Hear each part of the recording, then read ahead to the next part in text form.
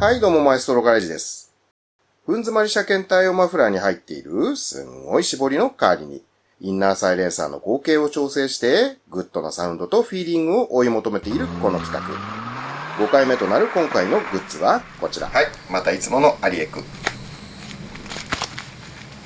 開封なんて別に撮影しなくてもいいんですけど、ただまあね、一応で入手先を伝える意味でも撮影してます。こんなんすわ。今回頼んだのはこんな。ほら、結構ちっちゃい感じ。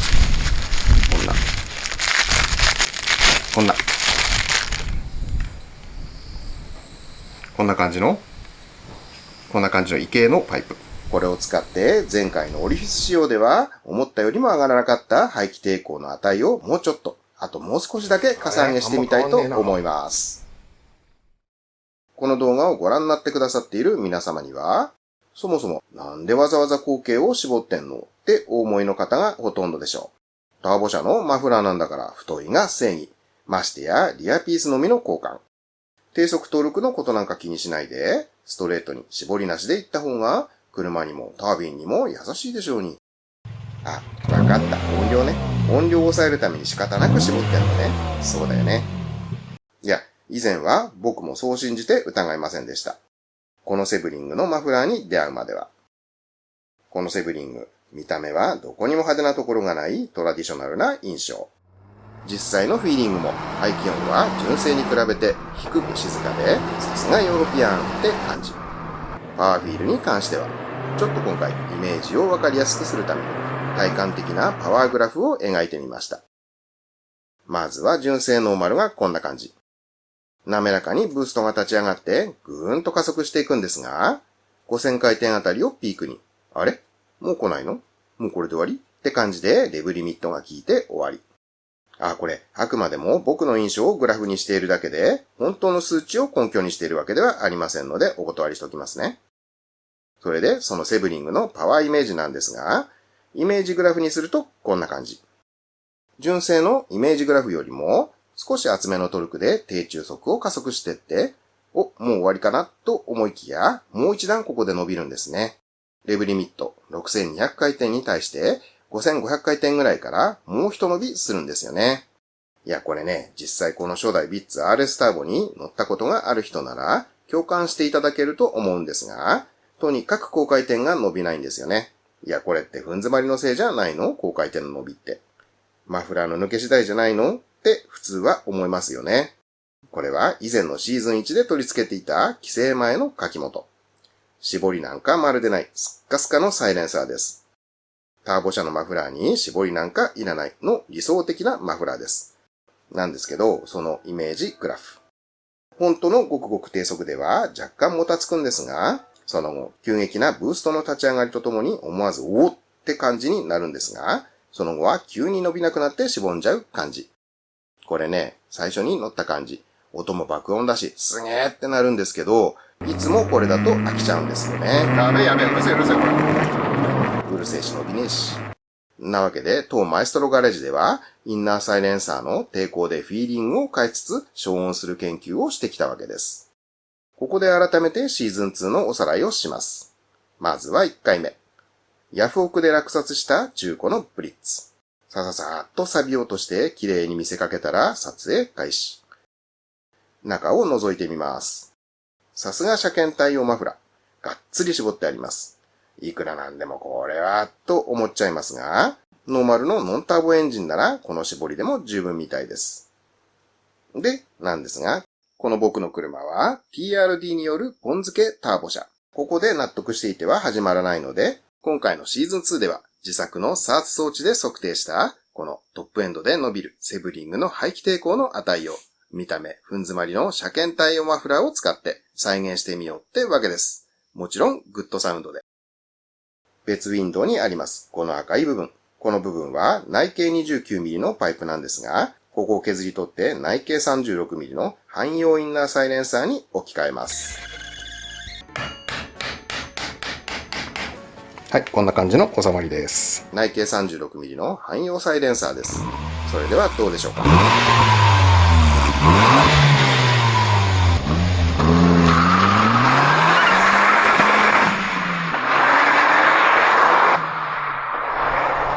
例のイメージグラフでも表してみます。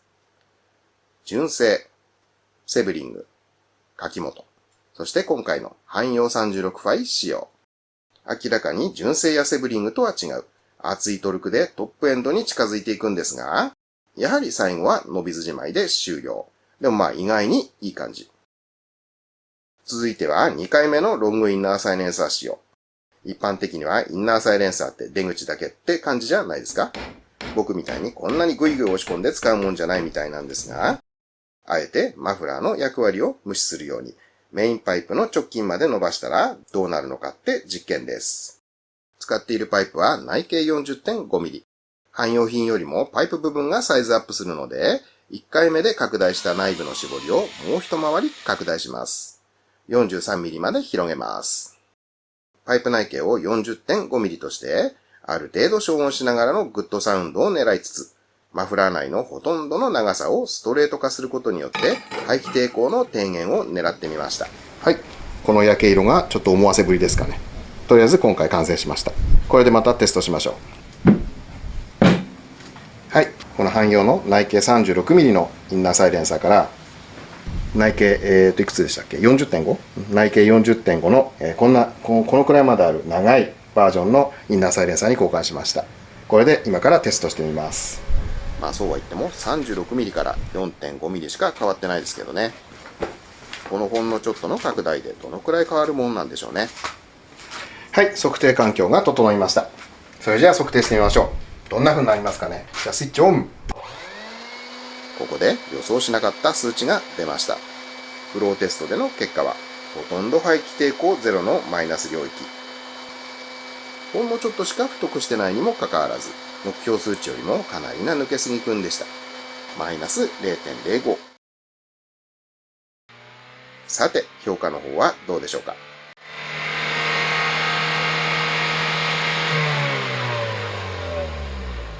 あれ？なんか静かになってませんか？予想外の抜けすぎな結果に少し混乱しましたが、インナーサイレンサーとしての性能は音量も控えめになってなんかいい感じ。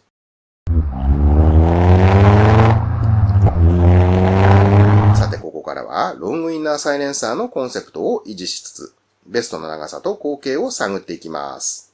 はい、この 40.5 ファイ仕様。これロングバージョン。このロングバージョンをちょっと長さを調整したり、ちょっとデータをまた例のフローテスターにかけて、またデータを取ってみたいと思います。またばらします。前回制作したロングインナーサイレンサー。口径は 40.5mm です。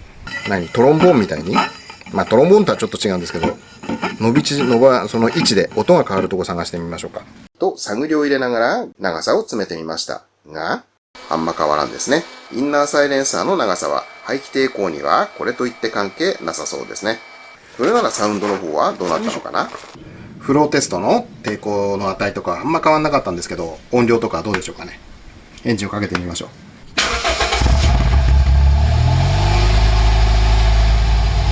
コールドスタート状態での音量と音質は明らかに変わりましたね。実際の走行状態も比較のために撮影しておきましたので、聞き比べてみてください。ちなみにこの映像の中での出口形状の違いは、ブリッツさんの妙に奥に入り込んでいる出口がちょっとかっこ悪かったので、自作のマフラーカッターをこの時に追加しておきました。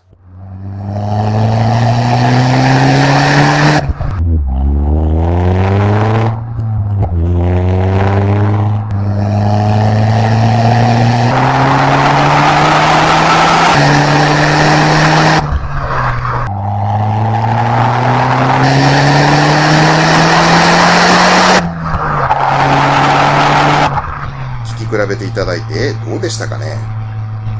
えらいうるさくなった印象ですが、一応近接騒音も測定して確かめておきますね。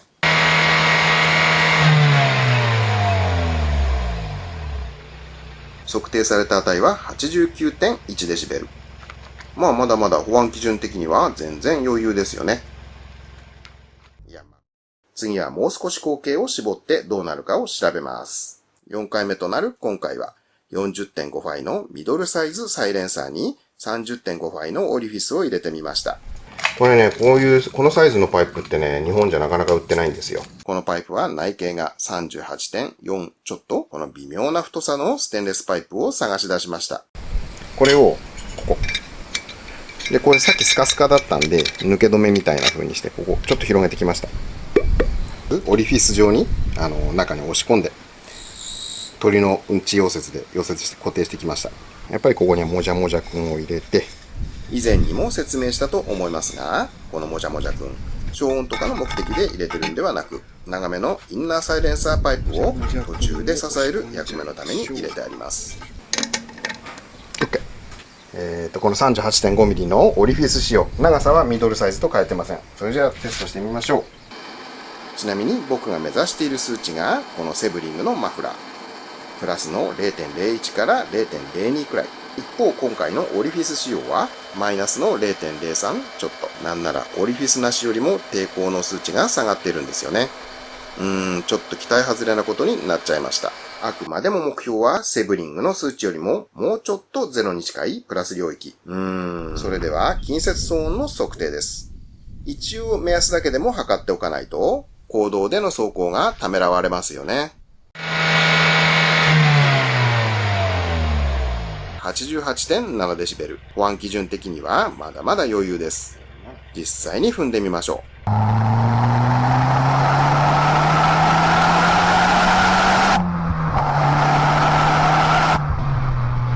ターボっぽい音といえば聞こえがいいですが、ヒューな音が強調されたような気がします。38.5 ファイのオリフィス仕様のサウンドでした。前置きが長くなりました。グッドサウンドを探せシーズン2 5回目です。はい、どうもマエストロガレージです。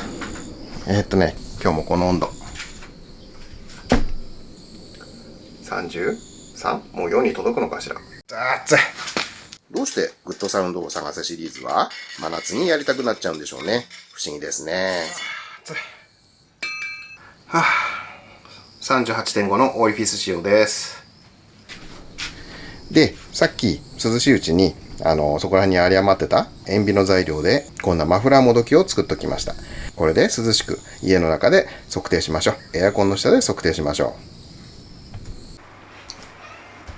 う。はい、今日は室内でやります。マフラーの着脱がもうね、いくらちょろいからって毎回やるのもなんかもう暑いんでめんどくさいんで、今日は室内でやります。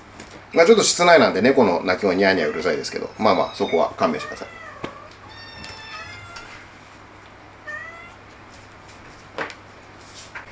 はい、それでね、いつものマフラーとはやっぱ条件が違うんで、何も装着してない状態も測定してみましょう。はい、それじゃあスイッチオン。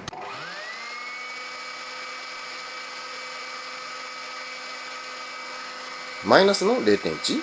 12？ 過去に行った実際の測定でもインナーなしでマイナス 0.1 から 0.12 前後なので、今回制作したこのマフラーもどきの試験パイプでもまあまあ変わらん数値が出そうってことで、今回はこれでいきます。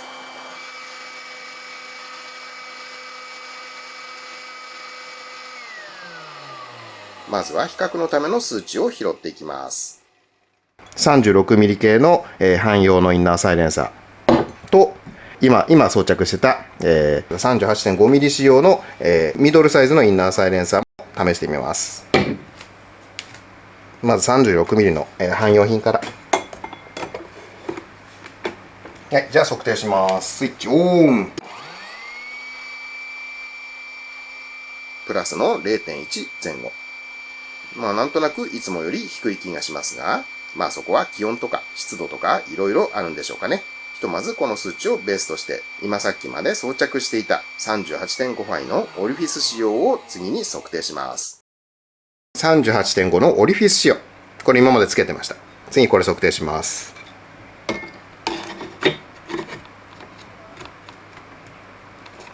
よいしょ。はい、じゃあスイッチオン。プラスの 0.01 から 0.02 くらい。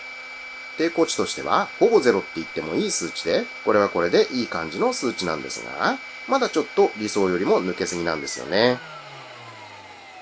プラスの 0.02 ぐらい。汎用品に比べて5分の1以下です。それで今回入手した部品っていうのはこれ。わかるかな？ちょっと絞ってあるんですよ。ここの口径がここと一緒。汎用品の 36mm と一緒で、ちょっとこっちの方が広いんですね。ここにぴったり。これを今回ぶち込んで試してみましょう。ぴったりすぎよ。あらら、結構シビアなよ。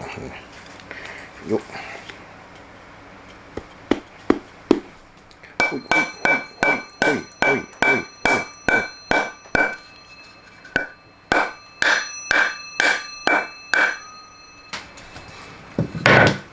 おい、ぶち込みました。これで試してみましょうか。ここが 36mm、ここが 36mm です。この汎用サイレンサーと一緒。そしてこの後ろが 40.5mm の状態です。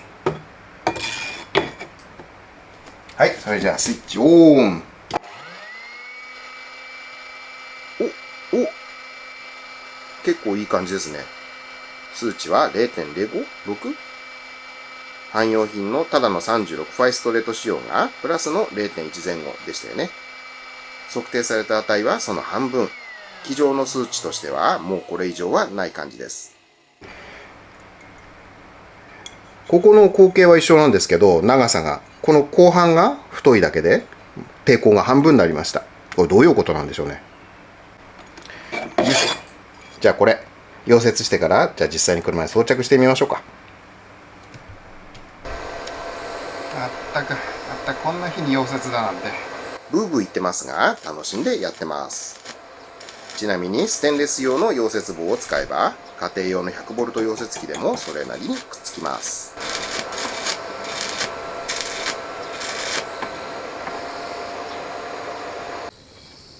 はい、クソ暑い中、溶接しました。こんな感じです。はい、じゃあこれ入れましょう。まずは、もじゃもじゃくんのバランスを整えて、どうかな。はい、じゃあもじゃもじゃくん入れます。このステンレスたわしのもじゃもじゃくん、不必要な共振を防ぐために入れてあるんですが、ひょっとしてこんなん入れないで装着したら、パーンと鳴いたりして、なんて無双しながらぎゅうぎゅうと詰め込んでいきます。ゆっくり入れましょう。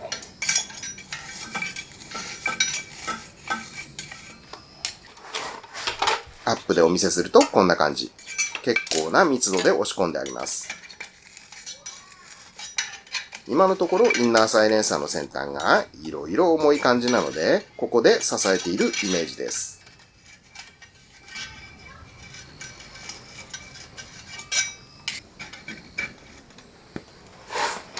後付けのマフラーカッター。今風に言えばテールパイプフィニッシャーって言うんですか？それとインナーサイレンサー。マフラー本体は 6mm1 本で友締めしてますが、すべてタイトフィットなのでこれで十分です。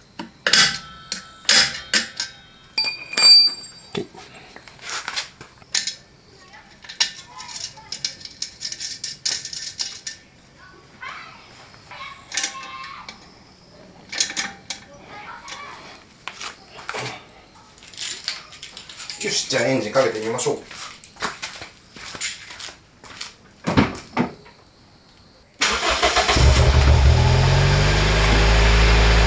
ファーストアイドルが収まってみると、今までよりも脈動音が強調されているようになりましたね。なんか結構ボロボロいってるね。また少し特性が変わった予感がします。行動テストの前に近接騒音を測定します。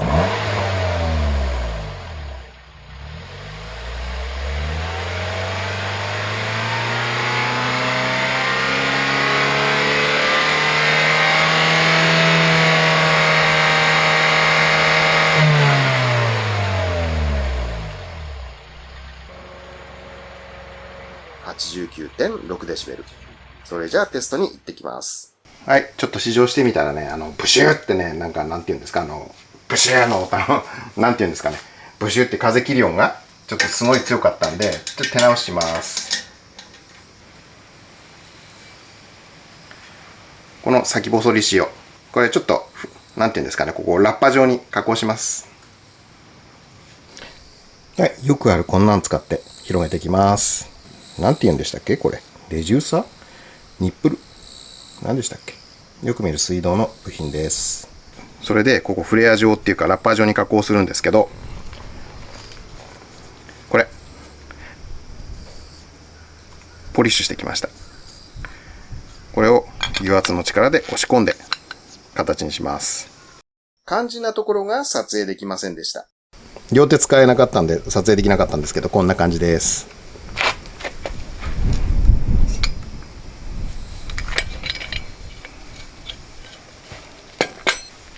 はい、なんか思ってたよりも綺麗にテーパーつきました。どうですか？一緒。塗ってあったのはモリブデングリスです。ここ滑りが、ほら、結構綺麗にフレアになりましたね。モリブデングリスのおかげか、この型に沿って結構滑らかに仕上がりました。いい感じ。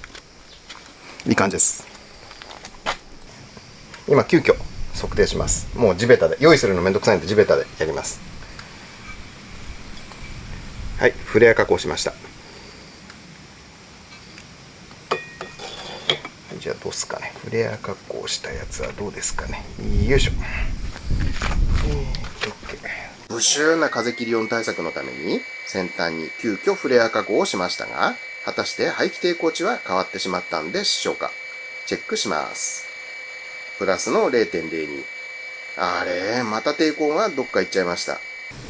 急遽とりあえずブシュって風切り音の低減のためにラッパ状にしました。次回もまた探しに行かなくちゃ。それではまた。そうか。